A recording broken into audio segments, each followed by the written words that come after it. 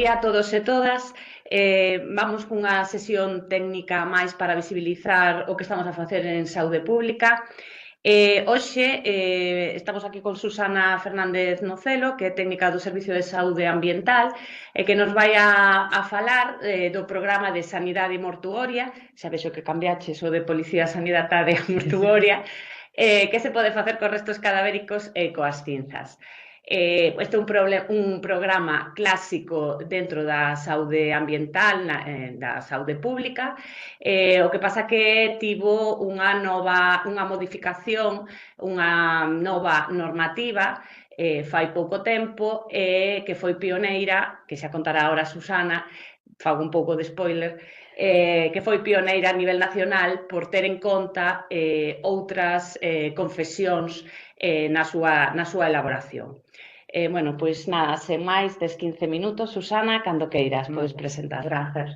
Bos días a todos e a todas. Como dixo Inés, vou a falar de sanidade mortuoria.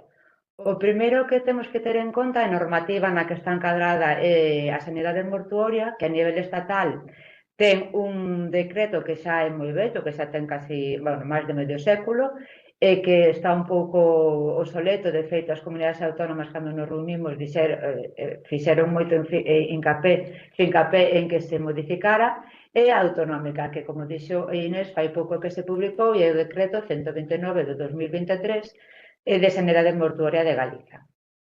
Ademais, tamén desde este verán, foi aprobada polo Consello Interterritorial do Sistema Nacional de Saúde a Guía de Consenso sobre Sanidade Mortuoria, que foi elaborada con un grupo de traballo de todas as comunidades autónomas e que foi coordinada polo Ministerio de Sanidade.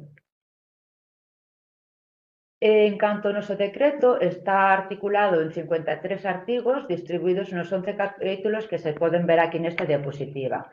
Tamén contén disposicións adicionais transitorias, unha disposición derogativa e 2 disposicións derradeiras.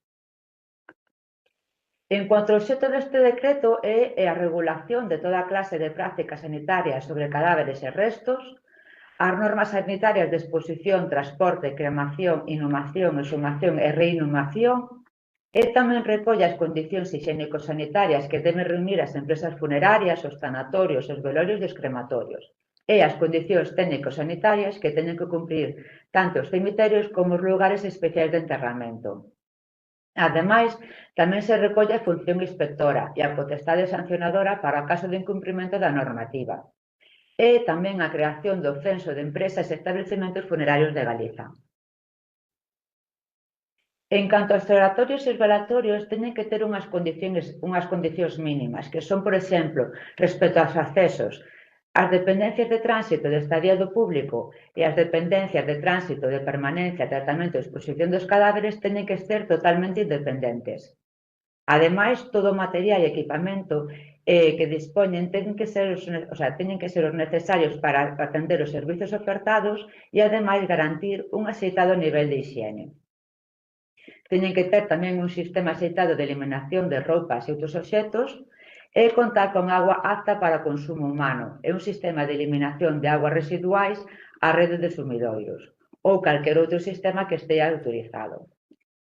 Ademais, deben dispoñer de aseos para o público e teñen que ter unha zona de exposición do cadáver, que a súa vez se vai a dividir na área para a exposición do cadáver e na área para a do. No caso dos tanatorios, ademais, teñen que contar cunha sala de tanatopraxia, que debe de ser deseñada e construída de forma axeitada para que sexa de fácil limpeza. Por iso, as súas paredes deben de ser lisas e o revestimento debe de ser lavable. Ademais, o chan debe de ser impermeable. O lavabo que se utilice e a mesa debe de ser de material inalterable e debe de contar cun sistema de ventilación e extracción de aire. Ademais, debe de contar con todo o material e equipamento apropiado para realizar as técnicas de tanatopraxia. Ademais desta sala, debe de contar cunha zona de refrigeración e os aseos, duchas e vestiarios para uso exclusivo de persoal. En canto aos cemiterios, cada concello, de forma independente ou asociados con outras entidades locales, deberá dispor de, ao menos, un cemiterio con capacidade adecuada para as características da súa poboación. A localización dos cemiterios de nova construción virá determinada nos instrumentos de planeamento municipais. E os concellos poderán establecer nas súas ordenanzas e instrumentos de planeamento un perímetro libre de construcións alrededor dun novo cemiterio, medido a partir do seu peche exterior, en función das circunstancias e características de patrimonio cultural, urbanísticas e de desenvolvemento. Ademais, é importante ter en conta que dentro deste perímetro pódense instalar edificios ou instalacións de carácter religioso ou aqueles destinados a servicios funerarios que están regulados por este decreto. E as instalacións mínimas que deben de contar estes cemiterios son un osario xeral, un sistema adecuado para a eliminación de roupas útiles, madeiras e demais residuos procedentes da evacuación de limpeza tanto de sepulturas como dos propios cemiterios ou contar con un xestor autorizado. Debe de contar con auga apta para o consumo humano e servicios higiénicos, un espacio destinado a depositar as cinzas procedentes das incineracións ou un columbario. E, como comentei antes, ten que ter un peche perimetral que garanta a seguridade da instalación. En canto ás condicións constructivas das sepulturas, diferenciamos entre fosas e nichos.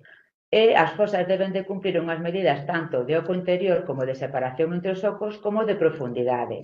Ademais, o terreo terá suficiente permeabilidade e, como mínimo, unha capa de terra areosa de 40 centímetros de grosor. En canto aos nichos, as súas condicións determinaránse atendendo a súa tipoloxía. Como comentou antes Inés, somos os primeiros en facer unha normativa autonómica, xa que foi unha das razóns de publicar o novo decreto de sanidade mortuoria, a necesidade de adaptarse ás situacións actuais relacionadas co dereito á liberdade relixiosa. Tal como estaba o Pleno do Parlamento de Galicia, a través da aprobación dunha proposición non de lei para regular aqueles enterramentos que, por motivos confesionais, teñan que realizarse en contacto coa terra. Nesta liña, o novo decreto contempla a posibilidade de eximir do uso de féretro para enterramento naqueles casos en que por razóns de confesionalidade sexa necesario.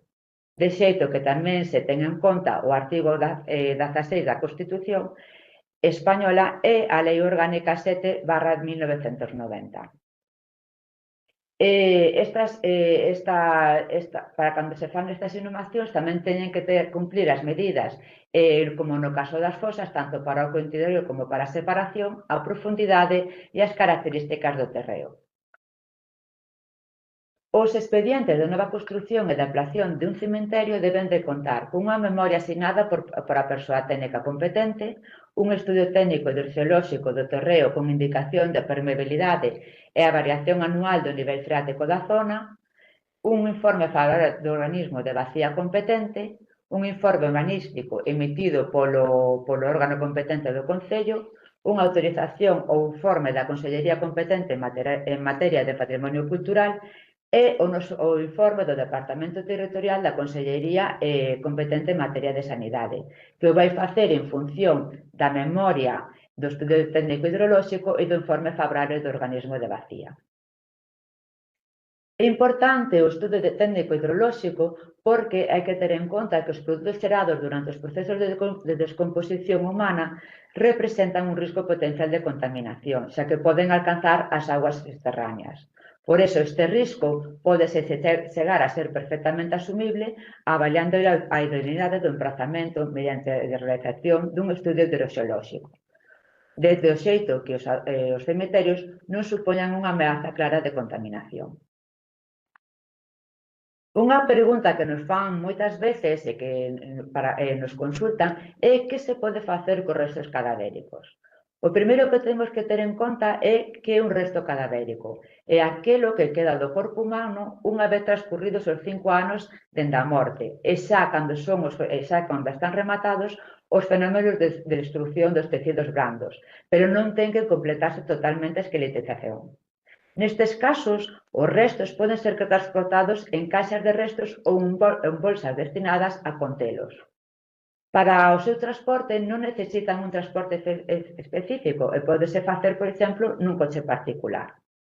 Hai que ter en conta que os restos cadavéricos, igual que as exhumacións, non se pode realizar sempre cando os cadáveres son do grupo 1, que son enfermedades infecciosas que están recollidas no anexo do decreto, como son a variola ou a encefalopatía espongiforme, ou o grupo 2, que son aqueles que están considerados de risco radiolóxico, que teñen que seguir a normativa de seguridade nuclear. En cuanto aos crematorios, deben de situarse preferentemente en solos de uso industrial, de conformidade cas normas de planeamento urbanístico, e debe de ser un edificio independente e exclusivo para os servicios funerarios. Deben de atoparse nun radio de 200 metros contados desde o foco de emisión que constituye a chimenea do crematorio.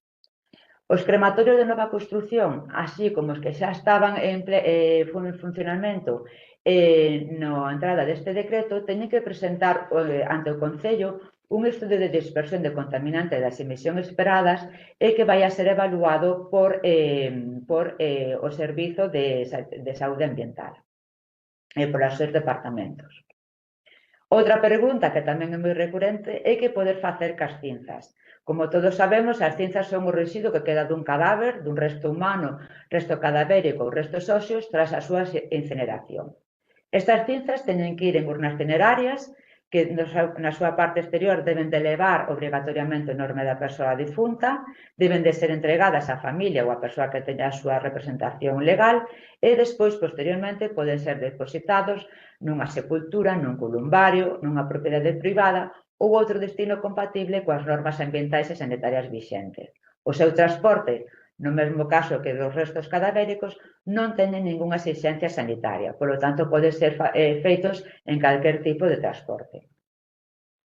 En canto a onde se poden esparcir as cinzas, é moi importante ir á normativa vixente non só a nacional, que o que establece é que é legal esparcir as cinzas nun lugar público, sempre que non sexa unha vía pública ou parques públicos, pero tamén hai que ir ás das comunidades autónomas. Neste caso, en Galicia, non temos nada legislado respecto a isto, pero hai que ir ao Concello, xa que cada Concello ten a súa normativa. Por lo tanto, antes de facer o esparcimento das cinzas, debemos de consultar ao Concello no que queremos facer a súa normativa.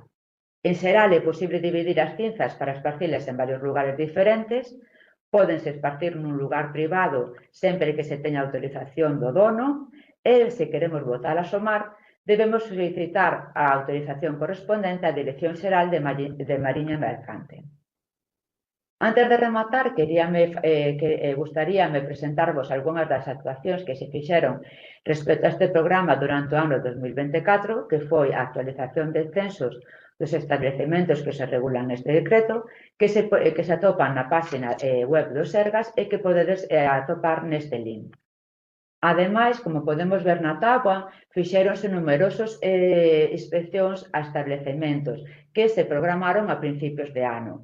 Foron feitos a maioría, pero tamén, como podemos ver nesta imaxe, non son todas as actuacións que se fixeron, xa que hai un pequeno porcentaxe, aproximadamente un 20%, que se fixo fora de programa. Os motivos deste control foron maioritariamente por causa das enmendas. É dicir, que despois dunha primeira visita programada tuvose que volver debido a que teñan que facer algunha modificación. Os resultados que se obtiveron nestes establecementos son maioritariamente favorables, inda que siga habendo deficiencias e incumprimentos. E o que queremos lograr con este programa é que cada ano estas deficiencias e incumprimentos sean cada vez menores. Moitas grazas. Pois moitas gracias, Susana. Creo que xusto no tempo, o sea que moi ben. Bueno, pois nada, como sempre, se tedes algunha pregunta, o servizo podedes dirixila ao Servicio de Saúde Ambiental ou ben á escola. Comentarvos que a seguinte sesión técnica será o martes 14. Temos que facer unha reprogramación porque a que estaba prevista non se pode facer, por tanto, bueno, xa vos indicaremos o tema da seguinte sesión do martes 14. Pois nada, boa mañán a todos e todas. Gracias.